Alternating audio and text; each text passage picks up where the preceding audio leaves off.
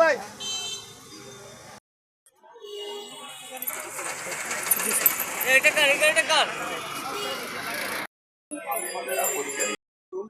আমি কসবা অটো মালিক সমিতির সভাপতি রুহুল আমিন।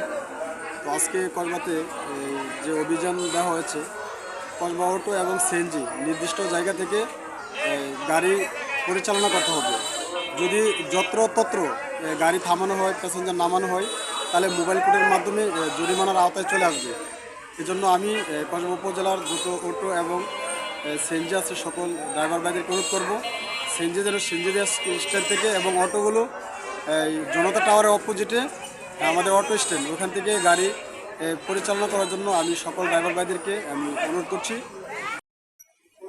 আমরা আজকে কসবা পুরাতন বাজারে আমাদের সিএনজি মালিক সমিতি এবং অটো মালিক সমিতি যারা আছে, আমাদের বাজারের যে সকল স্টেক হোল্ডার আছে, আমাদের ম্যাজিস্ট্রেট আছে, আমাদের পুলিশ বিভাগ লোক আছে, সবাইকে নিয়ে আমরা আসছি এই কারণে যাতে আমাদের এই বাজারটা মানে ছোট্ট একটি শহর, কিন্তু যানজট এত পরিমাণে লেগে থাকে যে মানুষের যাতায়াতে অনেক কষ্ট হয়। তো আমরা এটা নিরসন করার জন্য মানুষের সহজে এবং স্বাচ্ছন্দ্যে যাতে তারা গাড়ি নিয়ে অথবা এখানে এসে বাজার করতে পারে, যাতায়াত করতে পারে, সেই লক্ষ্যে আজকে আমরা বন্ধের দিনে এখানে আসছি।